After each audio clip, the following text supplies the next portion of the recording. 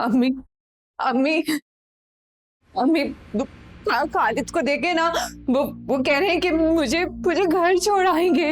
मेरे बेटे की जगह कोई और होता तो तुम्हें जान से मार देता। सजा तो तुम्हें मिलेगी। अम्मी आप तो मेरी बात समझने की कोशिश कीजिए। जैसा आप सोच रही है वैसा कुछ नहीं है, लेकिन मैं समझना तो तुम्हें चाहिए था। मैं क्या कर सकती हूँ? खालिद ने जो फैसला करना था कर लिया, अब तुम्हें मानना पड़ेगा। जाओ यहां से।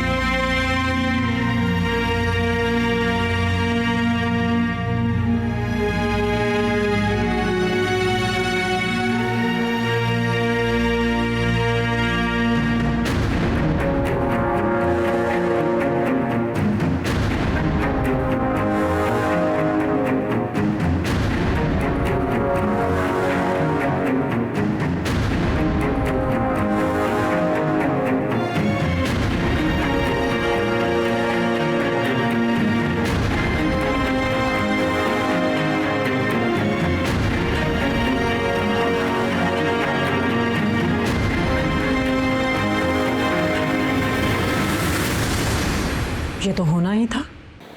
मुझे जिस बात का डर था ना, वही हुआ। समझ में नहीं आ रहा आसिम,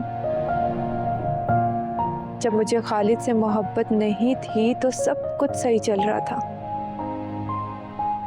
और अब जब खालिद ने मेरे दिल में घर करना शुरू कर दिया, वक्त का पहिया ही पलट गया। ऐसा क्यों हो रहा है? तुम्हें खालिद के सामने कबूल करना ही नहीं चाहिए था। तो फिर क्या करती? झूठ बोल देती, मुखर जाती। और झूठ नहीं बोल सकती थी, क्योंकि मैं मजबूत थी। मैंने मोहब्बत की है, कोई गुनाह नहीं किया। बस ये ना समझ पाई कि मोहब्बत हमेशा एक हसीन ख्वाब की सूरत नहीं रहती, बल्कि अजियत बनकर इंसान को सूली पर लटका देती है। तुम झूठ बोल रही हो। तुमने कभी भी खालिद को सीरियसली सोचा ही नहीं होगा। तुमने कभी भी अपने दिल में उसको जगह दी ही नहीं होगी। इस बात से डरता था मैं, और समझाता था तुम्हें।